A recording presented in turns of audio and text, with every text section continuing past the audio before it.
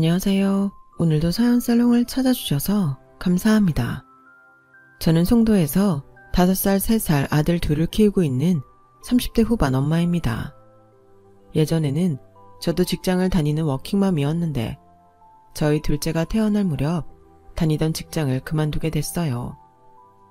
건강 문제도 있었고 무엇보다 시댁 관련 스트레스가 너무 커서 이혼 위기까지 갔었거든요. 그때는 세상에 뭐 이런 경우가 다 있나 어이없고 화만 나서 우울함도 많았는데 남편과 아이들 때문에 마음을 고쳐먹고 지금은 그럭저럭 남편까지 포함해 남자 셋을 호령하며 큰 소리치고 살고 있답니다. 시어머니는 좀 특이한 분이었어요. 물론 그때는 그걸 인지하지는 못했죠. 그저 다른 시어머니와는 다른 분이구나.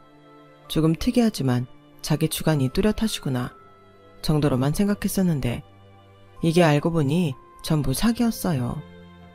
여기서 황당한 건 당한 사람이 저 하나가 아니라는 건데요.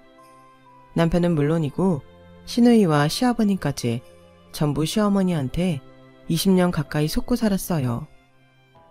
여러분은 믿기시나요? 20년 동안 함께한 가족에게 속고 살았다는 걸요.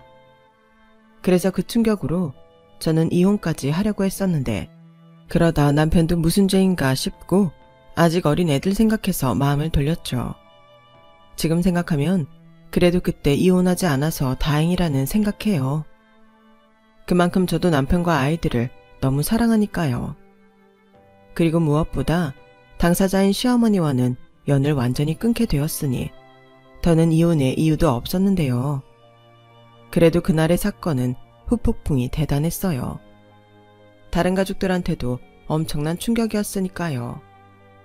그래서 5년이나 지난 지금에서 그 이야기를 한번 곱씹어보려고 사연을 신청하게 되었는데 황당하고 어이없었던 제 사연을 들어주셨으면 좋겠습니다. 저와 남편은 대학 때 소개로 만나 5년의 연애 끝에 결혼을 약속한 사이였어요. 보통의 연인들처럼 싸우기도 하고 서로가 아니면 죽겠다고 울고 짜기도 하면서 버라이어티하게 5년을 보냈죠. 그리고 30을 코앞에 두고 시댁에 먼저 인사를 갔는데요.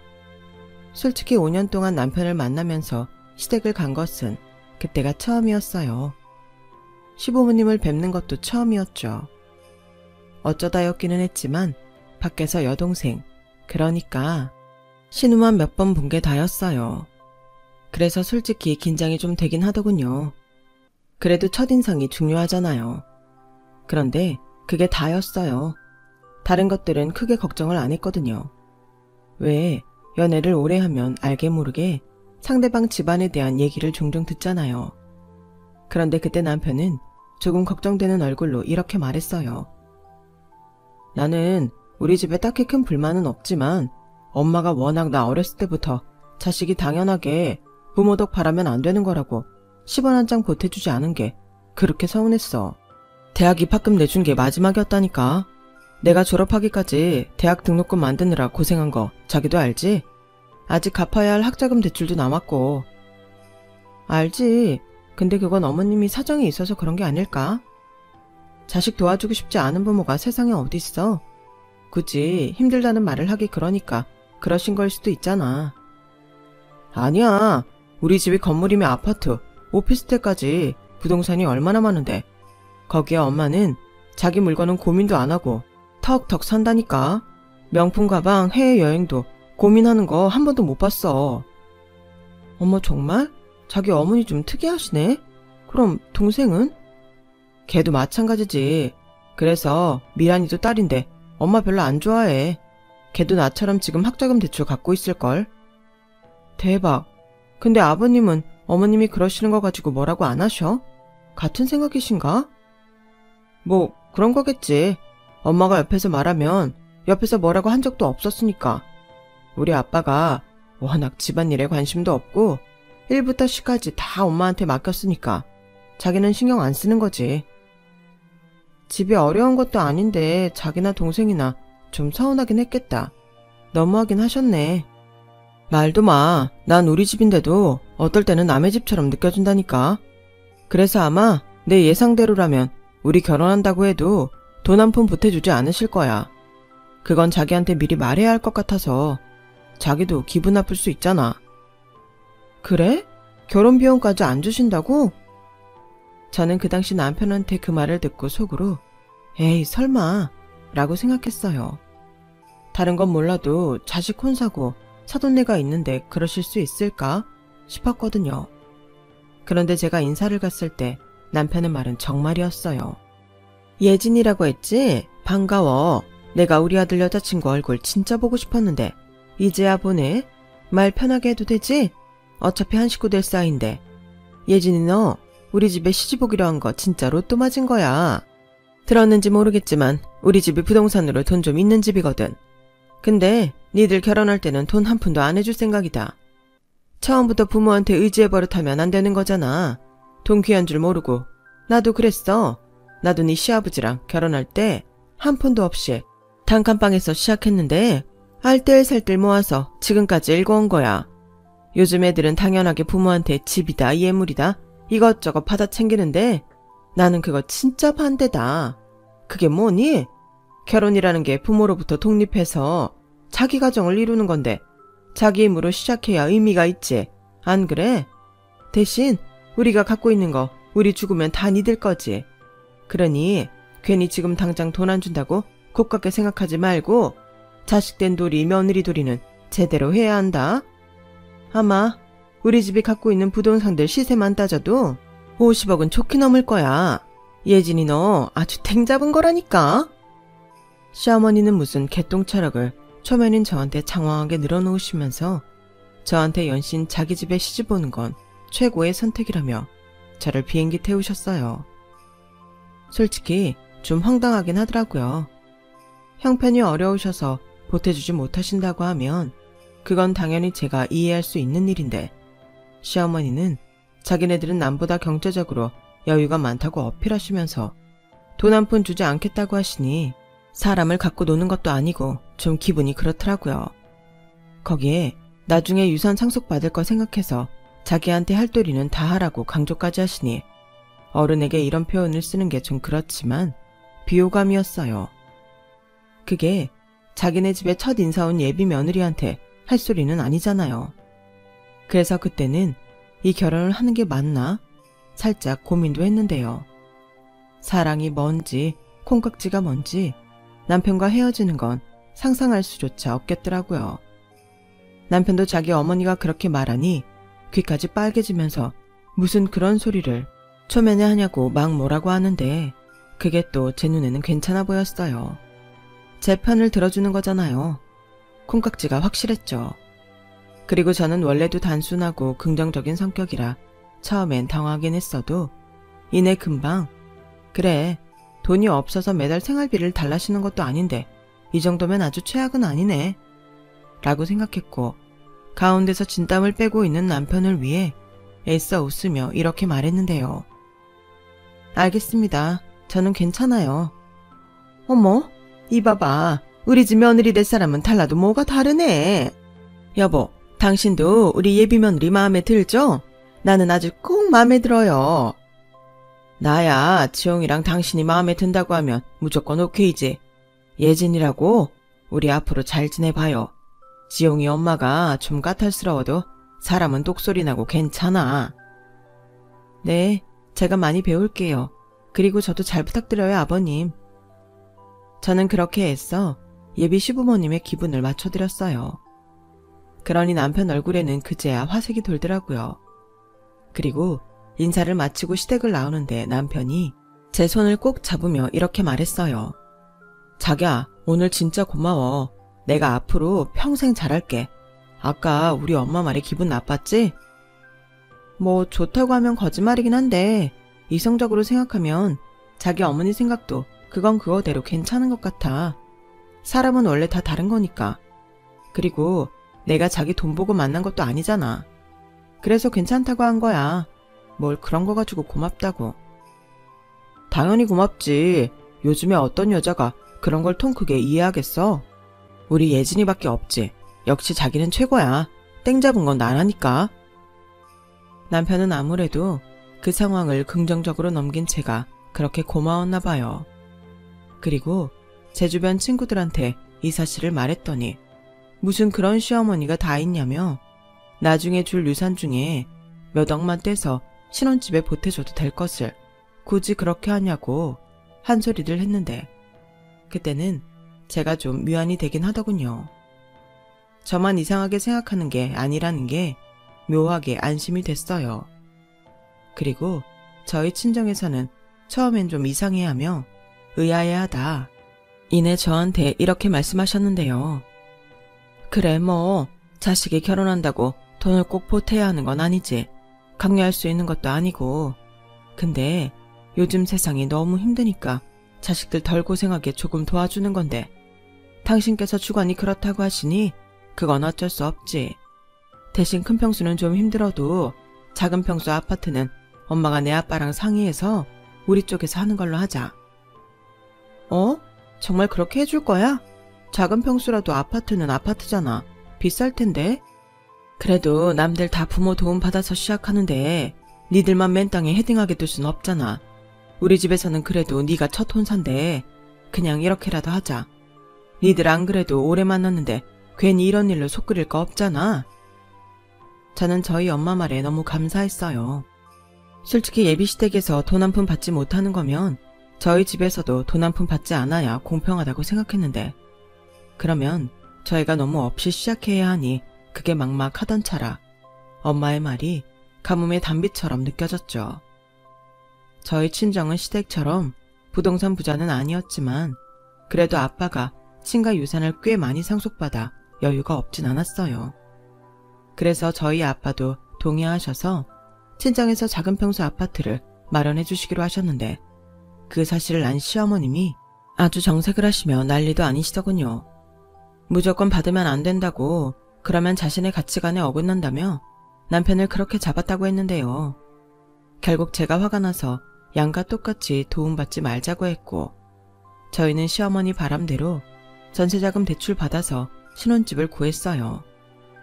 솔직히 당신들한테 사달라는 것도 아니고 저희 부모님이 원하셔서 해주겠다고 하시는 건데 사돈한테까지 자기 기준을 강요하는 시어머니의 태도에 기분이 좋지 않았어요. 그리고 결혼 후에야 시어머니의 진짜 속내를 알 수 있었는데요. 내가 지금에서야 말하는 건데 생각해봐라. 우리 집에서는 10원 한 장 해주지 않는데 니네 친정에서 집을 사준다고 그걸 홀랑 받으면 사람들이 우리를 뭘로 알겠어?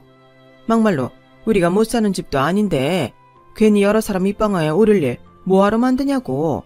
게다가 사준다고 했던 아파트도 작은 거라며. 그럼 괜히 코딱지만한 거 하나 해줬다고 니네 집에서 우리를 또 얼마나 무시할 거야. 나는 그 꼴은 못 본다. 내가 다 생각이 있고 기준이 있어서 그런 건데. 아무튼 너 너무 서운해하지 말고 우리 살아있는 동안은 착실하게 돈 무서운 줄 알고 아끼면서 살아.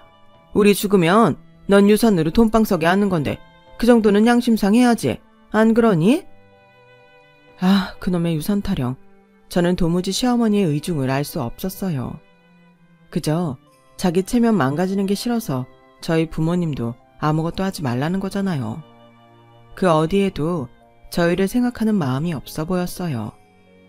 그래서 걸핏하면 유산 운운하면서 재산세 같은 세금을 내야 하는데 당장 현금이 없으시다며 어차피 물려받을 재산에 나오는 세금이니 대신 내라고 500만 원에서 많게는 1000만 원도 요구하셨어요. 그뿐만이 아니었죠. 당신이 친구들이랑 여행을 가는데 용돈 겸 경비 겸 300만 원을 달라시는 거예요. 너무 황당했죠. 300만 원이 턱턱 내드릴 수 있는 소액이 아니잖아요. 어머니, 300만 원이요? 도대체 어딜 가시길래 혼자 가시면서 그렇게나 들어요? 그리고 아시겠지만 저희 돈 없어요. 전세자금 대출이랑 카드값 매달 나가는데 그런 여유는 당연히 없죠. 지난번에 세금 내실 돈도 없으시다고 현금도 100만 원 가져가셨잖아요. 아니 그야 그 돈은 어차피 너희가 물려받을 재산이니까 조금 도움을 받을 수도 있는 거고. 그리고 친구들 다 자식들한테 돈 받아서 여행 가는데 그럼 나만 모냥 빠지게 내 돈으로 가냐? 넌 내 체면을 정말 생각하지 않는구나. 그깟 300만 원이 뭐가 많다고. 나중에 나 죽으면 몇십억씩 받아 챙길 것들이. 죄송해요. 부동산 부자이신 어머님한테는 그깟 300만 원이지만 저희는 한 달 생활비보다도 큰 돈이라서요. 한 20만 원 정도면 드릴 수 있는데 300만 원은 정말 무리예요. 저는 최대한 제 입장을 설명했어요. 하지만 시어머니는 서운하다며 제 말을 들을 생각도 안 하셨고 급기야 남편한테 전화해서 제 흉을 그렇게 보시며 난리를 치셨다는데 그때는 남편도 화가 나서 대판 싸웠다고 하더군요. 그래서 그날 이후 저와 남편은 한마음으로 시댁에 가지 않았어요. 명절에도요. 그랬더니 시어머님이 먼저 연락해서는 그때는 자기도 너무 서운해서 그랬다며 화해를 시도하셨고 어른이 먼저 굽히고 들어오니 저희가 버티는 것도 아닌 것 같아서 그때는 저희도 그 정도에서 멈췄어요. 그리고 그 일이 있던 덕에 결혼하고 2년 가까이는 별다른 일이 없었는데요. 가끔 유산 타령을 하시긴 했지만 그것도 그냥 한쪽 귀로 듣고 흘려버리니 큰 스트레스는 아니었어요. 당장 주시겠다는 것도 아니고 그걸로 끌려다닐 일은 없었으니까요. 그러다 제가 임신을 하게 되었어요. 마침 전세 계약도 끝나서 연장을 할지 이사를 갈지 고민을 해야 하는 시기에 친정아빠가 먼저 이번에야말로 집을 해주시겠다고 하시더군요. 당연히 저와 남편은 괜찮다고 했어요. 시어머니 때문에 받기도 좀 그랬으니까요. 아빠, 괜찮아. 그리고 이번에도 시어머님이 뭐라고 하실 건데 굳이 왜 돈 써가면서 안 좋은 소리를 들을 필요 없잖아. 이사는 우리 힘으로 할게. 이젠 식구도 늘었는데 더 큰 집으로 이사해야 하지 않겠어? 그리고 애도 태어나면 힘든데 이사 다니는 것도 일이지. 그냥 이참에 아파트 하나 매매해 줄게. 니네 시댁에는 그냥 전세라고 하면 되잖아. 장인어른, 말씀은 너무 감사한데 정말 괜찮습니다. 괜히 나중에 저희 집에서 알면 속였다고 더 뭐라고 할 거예요. 저는 괜찮은데 예진이랑 장인어른한테 저희 엄마가 실수할까봐 제가 좀 그래서요. 이 사람아, 나는 괜찮아. 그냥 그 순간만 좀 참고 넘기면 되지. 집이라는 게 살 수 있을 때 사야 하는 거야. 나도 지금은 이렇게 사주겠다고 하지만 나중엔 사람 일은 모르지. 그때 가서 받을 걸 후회하지 말고 그냥 받아. 내가 결혼할 때 한 푼도 못 해준 게 한이라서 그래. 저희 친정아빠는 손주가 곧 생긴다는 생각에 이번만큼은 단호하셨어요. 그러면서 아파트는 나중에 시세가 더 오르기 때문에 살려면 지금 사야 한다며 이미 받은 곳도 있다고 하셨는데 그때는 저도 사람인지라 욕심이 나더라고요. 곧 아이도 태어날 텐데 부모라면 당연히 조금 더 나은 환경에서 아이를 키우고 싶잖아요. 게다가 저희 부모님이 봐둔 아파트가 친정과 꽤 가까운 곳이라 더 마음이 끌렸는데 그렇게 저희 부부는 친정의 도움을 받아 아파트를 얻게 되었어요. 물론 명의는 제 앞으로 해주셨죠. 하지만 남편은 자기 명의가 아니어도 저희 부모님께 너무 감사하다며 평생 은혜 갚는다는 심정으로 장인 장모한테 잘할 거라고 새 아파트를 보며 말했는데요. 그때는 뭔가 좀 마음이 짠하더라고요. 시부모님은 뭐 하나라도 해줄 생각이 없는데 저희 집에서는 자꾸만 뭐라도 해주려고 하니 그 마음이 저보다도 더 크게 다가갔던 모양이었어요. 그리고 저희는 일하랴 이사 준비하랴 정말 바쁜 나날을 보냈죠. 그리고 굳이 숨길 생각은 없었지만 일단 이사를 마치고 이야기할 생각으로 시댁에는 당장 말하지 않았는데요. 그렇게 등기 업무 및 이사를 마치고 집들이를 코앞에 둔 어느 날 저희 집 등기부 등본을 떼봤다며 시어머님이 전화를 하셨어요. 야, 내가 지금 니네 집 주소로 등기부 등본을 떼봤거든? 근데 이게 왜 소유자가 네 이름이 나오니? 너 이사간 그 아파트 전세 아니고 산 거니? 게다가 융자도 없는 거 봐서는 대출도 없는 거야? 아, 네. 곧 말씀드리려고 했는데 저희 이번에 이사 온 집은 저희 친정에서 사주셨어요. 곧 있으면 손주도 태어나는데 빚 갚고 이사 다니면 힘들지 않겠냐고 하셔서. 예, 너는 그런 일이 있으면 당연히 우리랑 상의를 해야지. 네 마음대로 홀랑받으면 어떡하니? 네가 생각이 있어서 그런 건데 왜 나를 이상한 사람을 만들어? 내가 전에도 말했지? 우리가 돈이 없어서 못 주는 것도 아닌데 어쩜 니네 부모님은 그렇게 사돈 배려가 없으시냐? 누가 보면 친아들 아니라서 돈도 안 쓰려고 한다고 하겠다. 어머니, 아무도 그런 거 신경 쓰지 않아요. 그리고 굳이 미리 말씀드리지 않은 것도 이러실까봐 그런 건데 그냥 이번은 넘어가 주세요. 저희도 능력이 되면 당연히 어머니 말처럼 도움 안 받고 싶죠. 저도 저희 부모님 돈 당연하게 생각하지 않아요. 근데 지금은 뱃속에 애도 있고 저희가 너무 힘들어서 그래요. 알았다. 뭐 이미 서류 작업까지 끝났는데 내가 이 이상 뭐라고 하겠니? 대신 누가 물으면 너 반드시 시댁이 돈은 많은데 일부러 생각이 있어서 그러신 거다 라고 꼭 말해라. 알겠니? 저는 그게 뭐가 중요하다고 저러시나 한숨이 푹 하고 나왔어요. 그리고 일단 알았다고 대답은 했죠. 그렇게 그 일은 지나갔고 저는 저희 부모님이 해준 넓은 집에서 출산까지 무사히 하고 첫 아들과 새 가족으로 행복한 시간을 보냈어요. 친정이 가까우니 친정엄마 도움을 정말 많이 받았죠. 덕분에 저는 출산휴가 끝내고 무사히 복직할 수 있었고 시어머니는 당신 손주는 보고 싶지만 제가 봐달라고 부탁이라도 할까봐 저희 집에는 잘 오지 않으셨어요. 저는 그래서 오히려 좋았죠. 이사 오기 전에는 그래도 주말이면 시댁에 가야 했는데 이사 후에는 시어머님 집이 아닌 밖에서 밥이나 먹자고 하셔서 너무 좋더라고요. 남편도 좋아했어요. 그뿐만이 아니었죠. 저희 친정은 저와 여동생이 있는데 첫 손주고 첫 조카라 그런지 제가 아무 말도 하지 않았는데도 제발 아이 좀 맡기고 데이트나 가라며 성화를 부렸고 그래서 아이러니하게도 아이 낳고 생활의 질이 더 좋아졌어요. 저는 회사 일에도 더 집중할 수 있으니 승진까지 하게 됐죠. 그때 저는 앞으로도 계속 이런 삶을 살 거라고 생각했어요. 그런데 아이가 돌이 지날 무렵 저는 둘째를 임신하게 되었는데 시어머님이 잠깐 보자시며 회사 앞으로 찾아오셨더라고요. 어머니, 여기까지 무슨 일이세요? 왔니? 너 몸은 좀 어때? 조금 더 있다가 일을 갔지 뭐가 급하다고. 승현이도 아직 어린데 둘째를 가져. 그러게요. 저희도 계획이 없었는데 이렇게 됐네요. 그래도 저희한테 온 아가인데 기쁜 마음으로 품어야죠. 그야 그렇지만 에휴 그래. 원래 하나보다는 형제 남매가 있는 게 낫다. 말이 나와 하는 소리지만 우리 미란이도 지 오빠를 엄청 따랐어. 그랬어요? 아, 요즘 아가씨는 어떻게 지내고 있대요? 그때 만나고 있다는 사람하고는 아직도 만나요? 말도 마라. 그 남자 집에서 그렇게 우리 미란이랑 결혼시키고 싶다고 한다는데 내가 요즘 그래서 머리가 다 아프다. 미란이 지금 살고 있는 원룸 계약이 3달 뒤에 끝나거든.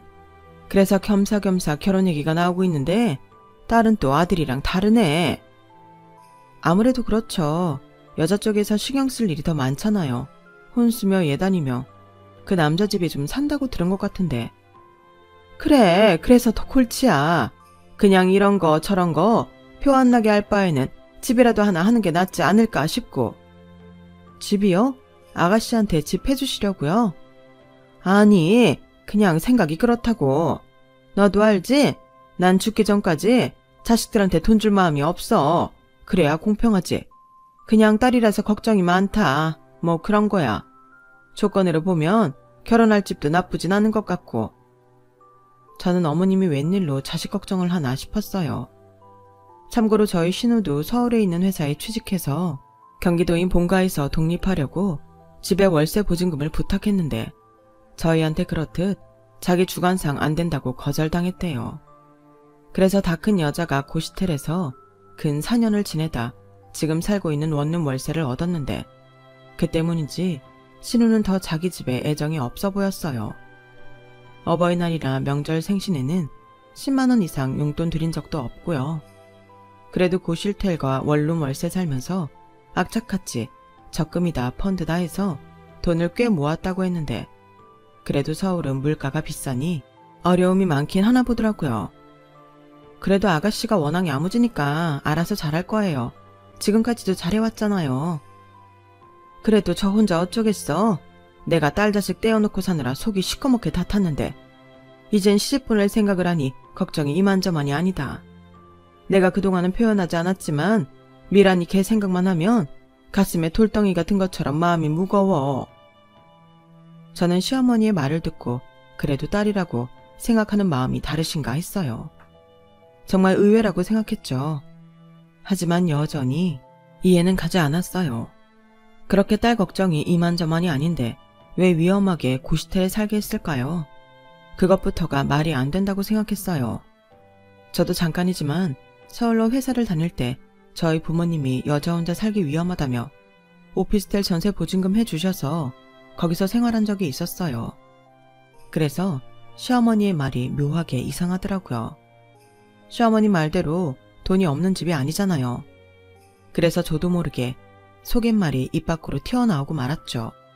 어머니, 그렇게 아가씨가 정 걱정이 되시면 어머님이랑 아버님이 아가씨 좀 도와주세요. 어차피 없어지는 돈도 아닌데 갖고 계신 부동산 하나만 정리해도 그럴 여유는 충분하시잖아요. 뭐? 우리더러 미란이를 도와주라고? 예, 내 사전에 그런 일은 없다. 지가 벌어서 지 앞가림해야지. 어디서 다 큰 자식이 부모한테 손을 내밀어. 그럴 거였으면 니들 결혼할 때도 떡하니 지금 사는 집보다 더 좋은 집 해줬지. 저는 속으로 그럼 어쩌라고? 라고 생각했어요. 걱정이 많으면 도와주면 될 일이고 자기 주관대로 생각하시라면 야무진 딸을 믿고 생각 안 하시면 될 일인데 도무지 어느 장단에 맞춰 손바닥을 쳐야 할지 모르겠더라고요. 게다가 시누이는 그다지 살가운 성격이 아니고 독립적인 성향이 강해서 결혼 전에 몇 번 보긴 했어도 결혼 후에는 따로 본 적은 없었어요. 그러니 가족이라도 그렇게 큰 친분은 없었는데 저도 그렇고 신우도 큰 불만이 없었어요. 저도 그게 낫다고 생각했고요. 어느 정도 거리를 유지하는 편이 서로 감정 상할 일이 없다고 생각했는데 시어머니는 애교도 없고 살갑지 않은 당신 딸에게 서운한 게 이만저만이 아니라고 하더군요. 내가 내 얼굴에 침 뱉는 것 같아서 말은 안 했지만 미란이 걔가 나한테 뭐 해준 게 있니? 다른 집 딸들은 자기가 먼저 엄마를 그렇게 챙긴다고 하던데 화장품이다 옷이다 죄다 사다 나르기 바쁘다고 내 친구들이 얼마나 자랑을 하는 줄 알아?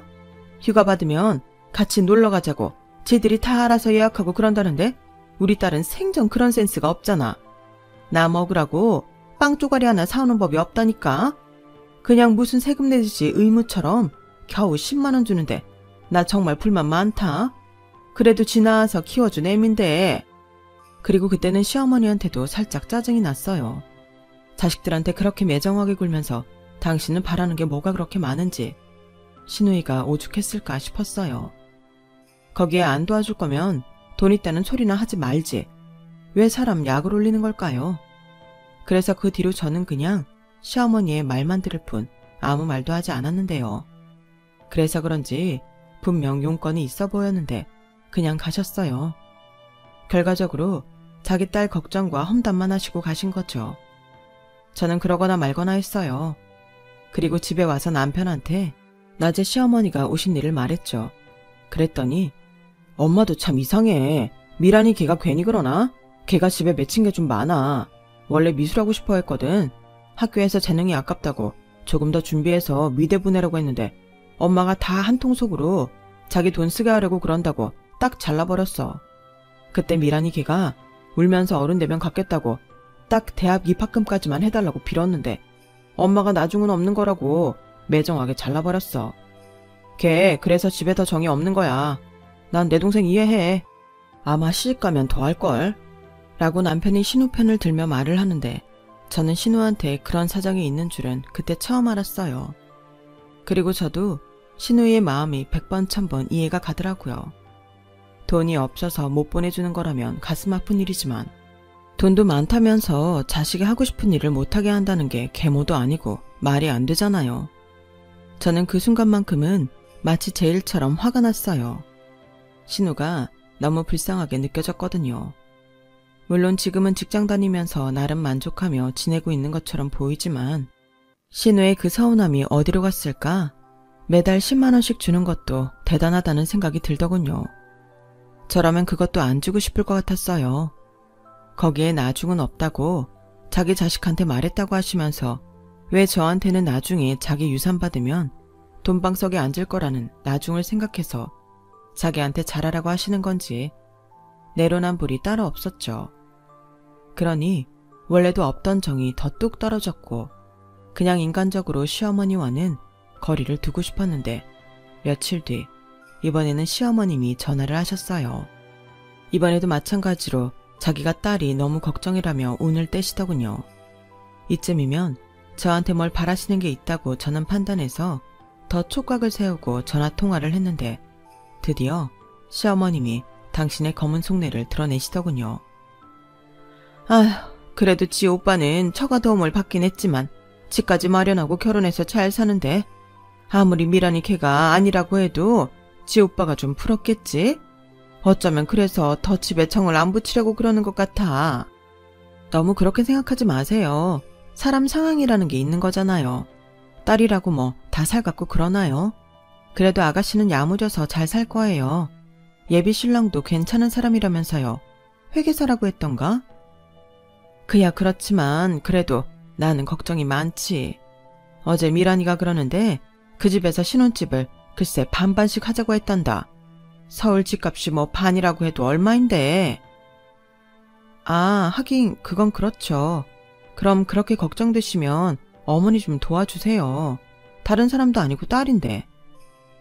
저는 남편한테 들은 것도 있고 해서 또다시 제 마음의 소리가 입 밖으로 나갔어요. 그런데 이번에는 먼저 번과는 다른 반응이 오더라고요. 그래, 나도 이제는 좀 도와줘야 하는 게 아닌가 싶기도 해. 너무 내 주관만 내세운 것 같아서 미안하더라고. 근데 내가 지난번에 좋은 땅이 있길래 하나 샀거든. 그래서 현금이 씨가 말랐다. 너도 알잖아. 내가 또 부동산 보는 안목이 높아. 그래서 우리 집이 부동산 부자인 거지. 그리고 원래 부동산 많은 집이 현금이 없다. 그래서 도와주고 싶어도 도와줄 수가 없어. 이제 와서 잘 오르고 있는 걸 팔 수도 없고. 그래서 하는 소린데 니네 친정은 우리랑 다르게 통장에 돈을 묶어놓는 스타일이시지? 네? 저희 친정이요? 그래. 그래서 니네 아파트를 현금으로 턱 하고 사주셨잖아. 뭐 투자나 그런 데는 관심이 없으셔서. 그러니까 그래서 하는 말인데 요즘 사돈 네분은 어떻게 지내셔? 집안에 뭐 골치 아픈 일은 없지? 사돈 처녀도 이제 시집을 가야 할 텐데. 아, 제 동생은 아직 결혼 생각이 없나 봐요. 만나는 사람도 없고 지금은 일하고 자기를 위해서 돈 쓰는 게 좋다고 하네요. 저희 부모님은 하고 싶은 대로 하라고 하시는 주의고. 가만 보면 너희 부모님도 정말 대단하셔. 자식들 일일이 다 챙기시고 그러면서도 그 정도 여유를 갖고 계시다니. 그게 보통 일이 아니야. 난 니네 부모님 정말 존경한다. 저는 이건 또 무슨 꿍꿍인가 싶었어요. 결혼하고 저희 부모님에 대해 좋게 말씀하시는 거 들은 적 없거든요. 그런데 무슨 바람이 불어 연신 저희 부모님을 존경까지 운운하며 축혀 세우시는지 저는 더 긴장의 끈을 바짝 조였어요. 그리고 설마 했던 말을 꺼내시더군요. 저기 사돈께서는 투자 같은 데 관심이 없나? 투자요? 에이, 저희 부모님은 그런 거 싫어하세요. 아니, 다른 데가 아니고 나한테 현금을 좀 융통해 주셨으면 해서. 아까도 말했지만 이젠 나도 우리 딸 도와주고 싶어. 집장만 하고 안정적으로 잘 사는 니들 보니까 내가 마음이 더 짠해서 안 되겠다. 괜히 결혼 전부터 그깟 돈 몇 푼에 자존심 구길 거 뭐 있니? 그런데 지금 우리는 현금이 없고 그래서 사돈 도움을 좀 받고 싶어서. 물론 그냥 달라는 건 아니야. 저기 그래도 그건 좀 그렇죠. 어머님이랑 아버님이 없으신 분도 아니고 갖고 계신 부동산 중에 하나만 정리해도 될 일을. 정리하기 싫으신 거면 담보대출은 어떠세요? 뭐 대출? 얘 큰일 날 소리 하네. 우리 나이가 몇인데 대출을 받니? 그걸 언제 다 갚으라고? 나는 절대 싫어. 아니, 어차피 반반씩 하기로 했으면 공동명의 할 텐데 정 그러시면 상환은 아가씨한테 하라고 해도 되죠. 아니, 그러지 말고 네가 좋게 중간에서 네 부모님한테 말 좀 잘해줘라. 너도 알잖아. 나중에 우리 재산이 다 너희한테 갈 거라는 거. 그럼 나중에 거기서 네가 해결해드리면 되잖아. 그때는 이자까지 팍팍 쳐서 더 드려도 된다. 이만하면 남는 투자 아니니? 네? 아니, 어떻게 사돈한테 그런 부탁을 하실 생각을 하세요? 저도 싫어요. 저희 부모님이 왜 자식도 아닌 아가씨 집을 해줘요? 제 동생도 있는데. 아니, 네 동생은 결혼 생각도 없다며. 그럼 당장 그 돈 쓸 데도 없는데 투자라고 생각하고 쓸 수도 있지. 내가 떼먹을까 봐 그러니? 그런 게 아니라 발상부터가 이상하잖아요. 누가 사돈한테 돈 요구를 해요? 뭐? 내가 언제 돈 요구를 했다고 그래? 그냥 부탁을 좀 하고 싶다는 거지. 이만한 조건이면 쌍방 이득이잖아. 너는 무슨 애가 이렇게 오바를 떠니? 제가요? 어머님이야말로 어떻게 저한테 그런 말씀을 하세요. 저 결혼할 때는 주관이 어쩌고 하시면서 시댁 체면 때문에 저희 친정 도움도 못 받게 하셨잖아요. 저는 저희 집 딸인데 그러셨으면서 이제 와서는 사돈 처녀 결혼하는데 투자하라고 돈을 해주라고요? 이게 말이 된다고 생각하세요? 왜 말이 안 되니? 그리고 너는 네 동생 아니라고? 우리 미란이가 딱하지도 않아? 지는 지 부모 덕에 좋은 아파트에서 걱정 없이 살면서 어쩌면 매정하게 그러냐? 네가 그러니까 더 우리 애가 집에 정이 더 없는 거야. 니들만 잘 살면 그만이야? 나도 니들 그렇게 사는 거 보면 괘씸한데 미란이 걔는 오죽하겠냐고. 이번에는 그 이유가 저 때문이에요? 그거야 다 어머님 때문이죠. 저도 들었어요. 아가씨 미대 가고 싶어 했는데 어머니가 돈 많이 든다고 안 된다고 하셨다면서요. 그래서 아가씨가 나중에 갚을 테니 입학금만 해달라고 해도 나중은 없는 거라고 하셨다면서 왜 이제 와서 제 탓을 하세요? 아가씨가 그러는 건 어머님 때문이에요. 딸 걱정이 그렇게 많으시다면서 딸이 고시텔에 가는 건 괜찮으셨잖아요. 왜? 이번에도 그놈의 체면 때문에 그러신 거죠? 그쪽 집에 반반하자고 하니 안 해주면 체면 구겨지니까. 그렇다고 저희 때처럼 한 푼도 못 해준다는 말은 못 하시겠고. 그래서 남인 저희 부모님한테까지 손 벌리시는 거잖아요. 저는 돈도 있는데 왜 그러시는지 모르겠어요. 아, 답답해. 이렇게 말이 안 통해서야 내가 너한테 무슨 말을 하니? 됐다. 그리고 너, 네 부모 믿고 그러나 본데 그러는 거 아니야. 나는 네 CM이다. 너 나한테 실수하는 거야? 그렇게 시어머니는 전화를 끊으셨어요. 실수 어쩌고 하는 게 이제부터 저를 막 부려먹겠다는 선전포고로 들리더라고요. 그래서 열받아서 남편한테 전화해 모두 다 말해버렸어요. 화도 엄청 냈죠. 어떻게 사돈한테 자기 딸 시집갈 돈 해달라는 말을 하시냐고요. 그러면서 그 돈 안 해주면 시집살이 시키겠다는 듯 그렇게 말씀하시니 저는 임신한 몸이라도 이혼하고 싶다고 했어요. 그러자 남편이 펄펄 뛰며 자기가 알아서 해결한다고 하더군요. 뭐 그 결과 남편이랑 시어머니는 또 대판 싸웠어요. 남편이 처가 덕에 집장만 해서 자기도 염치가 없어 죽겠는데 어떻게 자기 동생까지 거기에 얹히냐고 막 뭐라고 한 모양이었는데 그래서 그 불똥이 시누이와 저한테까지 튀고 말았어요. 아니 너는 입도 참 싸다. 그걸 너만 알고 있으면 되지. 무슨 부모 자식 갈라놓으려고 네 남편한테 홀라당 말을 하냐? 그래서 집안 분란 만들어 놓으니 좋냐? 좋아? 어머니 왜 저한테 그러세요? 먼저 말도 안 되는 말씀하신 건 어머니시잖아요. 저는 그이한테 가서 따지라고 안 했어요. 그냥 이렇게 살기 싫으니까 이혼하고 싶다고 했죠. 그게 그 소리잖아. 임신한 게 무슨 벼슬이라고? 엄마 그만해. 내가 언제 엄마한테 돈 해달라고 했어? 나 대학 입학금도 내가 벌어서 해결했어. 그리고 오빠 어떻게 결혼했는지 뻔히 다 봤는데 내가 엄마한테 돈 해달라고 할 줄 알았어? 왜 사람이 하지도 않은 말을 해서 올케 언니 앞에서 사람 쪽팔리게 만들어? 아니 나는 네가 걱정돼서 도와주려고 했지. 도와주려면 엄마 아빠 부동산을 팔아서 도와줘야지. 왜 올케 언니네 집 돈을 탐해? 내가 들어도 말이 안 되잖아. 그리고 정말 그 부동산이라는 거 있긴 있어? 난 정말 그거부터가 의심스러워. 이참에 등기부 등본 좀 떼보자. 엄마가 말한 재산이 정말 있는지 나 확인하고 싶어. 뭐야? 네가 지금 나한테 그게 할 소리니? 왜? 맨날 있다고만 들었지 확인한 적이 없잖아. 나중에 물려준다 뭐 어쩐다 말만 하지? 말만 하지 말고 보여줘. 시누이는 그야말로 눈이 돌아 있었어요. 아마도 그동안 쌓인 게 터진 거겠죠. 그리고 그 말을 들어보니 저도 그 실체를 확인하고 싶더라고요. 그리고 결국 시누이는 집요하게 시어머니를 압박하더니 시아버님의 동의를 얻어 재산 조회를 신청했고 그 결과는 저희 모두를 충격에 빠뜨리고 말았어요. 그렇게 많다고 우기셨던 건물과 땅은 하나도 없었어요.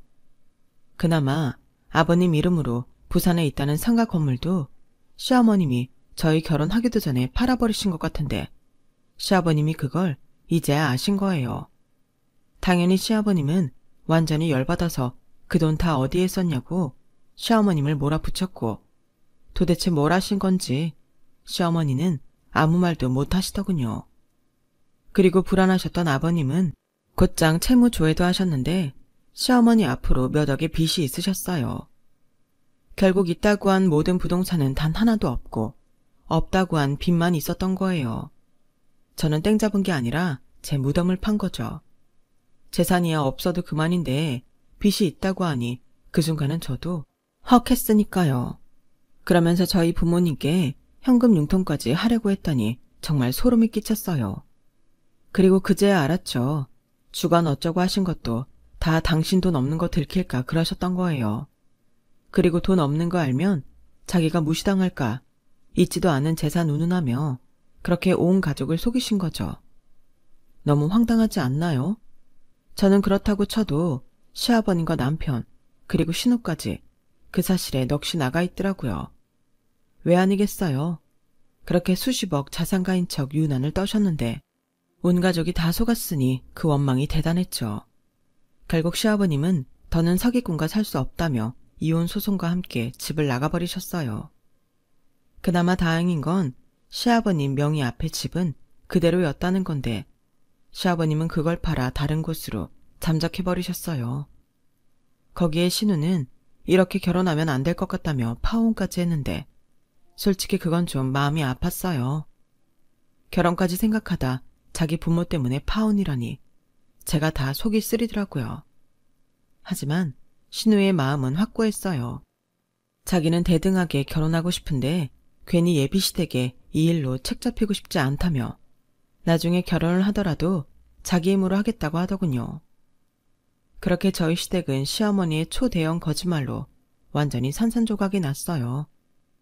시아버님은 지금도 어디서 무얼 하는지 알지도 못하고 신우이와는 더 멀어졌죠. 그 와중에 저는 스트레스를 많이 받아서 그런지 몸이 안 좋아졌고 힘들게 아이를 출산했는데요. 하마터면 저도 아이도 위험할 뻔했어요. 제가 임신 중독으로 거의 깨어나지 못했거든요. 거기에 둘째 아들도 태어나자 자기가 호흡을 하지 못해 난리였는데 그래서 남편이 제가 깨어날 때까지 매일 울면서 지냈다고 하더군요. 이제 자기한테는 저랑 아이들밖에 없다면서 그렇게 매일 울었다고 했어요. 오죽하면 제 동생이 저보다도 자기 형부가 잘못될까봐 무서웠다고 하는데 아마 집안에 그 일이 있고 난 후라 남편이 더 그랬던 게 아닐까 싶었죠.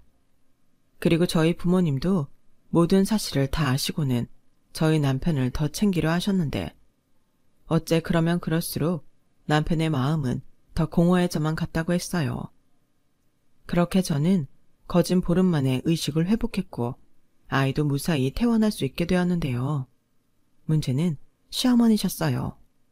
저라면 염치가 없어서 나타나지 못할 것 같은데 당신 살 길이 막막하다 보니 지푸라기라도 잡는 심정으로 자꾸만 저와 남편을 찾아와 도와달라고 하셨는데요. 당연히 저는 몸이 힘들어서 그걸 감당할 수 없었고 회사까지 그만두게 되었는데 보다 못한 남편이 큰 결심을 하더군요. 저한테 멀리 이사를 가자고 했어요. 그리고 그 말을 들은 저희 친정도 그게 좋겠다고 함께 이사를 가자고 하셨는데 얼마나 일이 빨리 진행이 됐는지 정신을 차려보니 지금의 송도로 제가 이사를 와 있더군요. 저는 몸 회복 때문에 병원과 집을 오가야 했는데 그러면서 저와 남편은 핸드폰 번호까지 바꿔버렸죠. 만약 이렇게 했는데도 또 찾아온다면 그때는 접근 금지 신청을 할 생각이었어요. 그런데 그게 그래도 효과가 있었는지 지금까지 시어머니와 연은 끊겼어요. 이걸 다행이라고 하는 게 맞는 건지 가끔 친정 식구들과 제가 너무 잘 지내면 묘하게 남편 눈치가 보여요. 괜히 자기 식구들 생각이 날 것 같아서 의식이 되더라고요.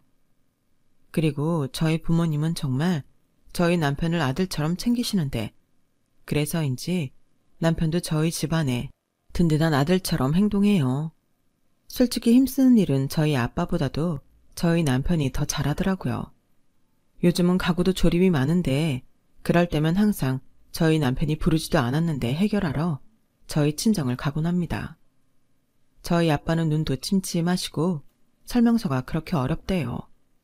그러니 저희 엄마의 사위사랑이 말도 못해요. 아우, 우리 집에 청서방 없었으면 어쩔 뻔했어. 이런 가구 하나 조립도 못하는데.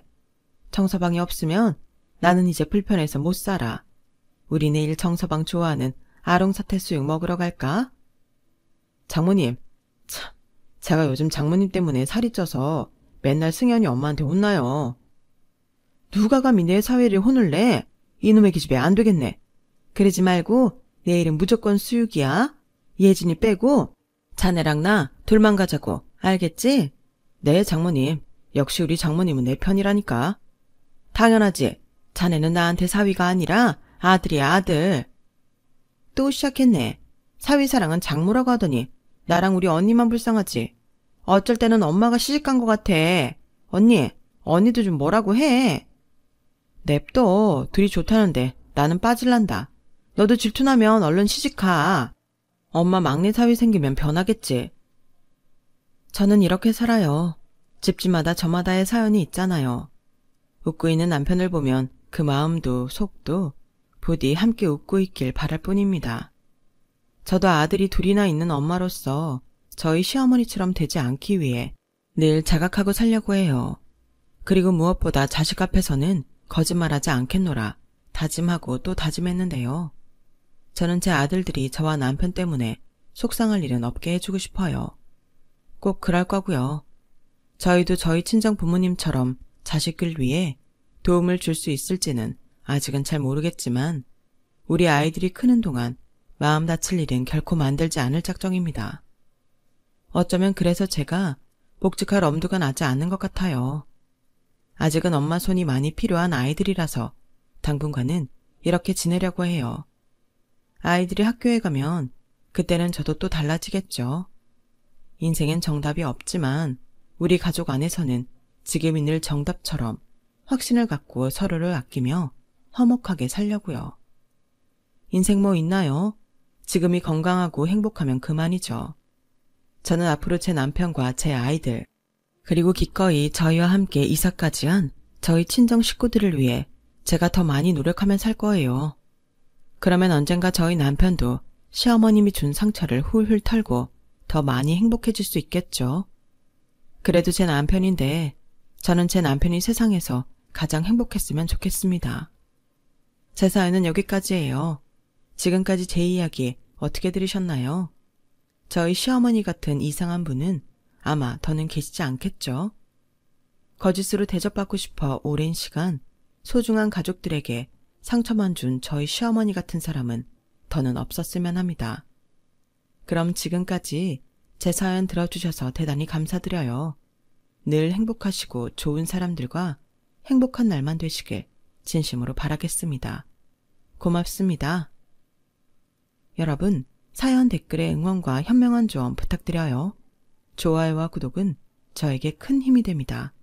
오늘도 좋은 일 가득하세요.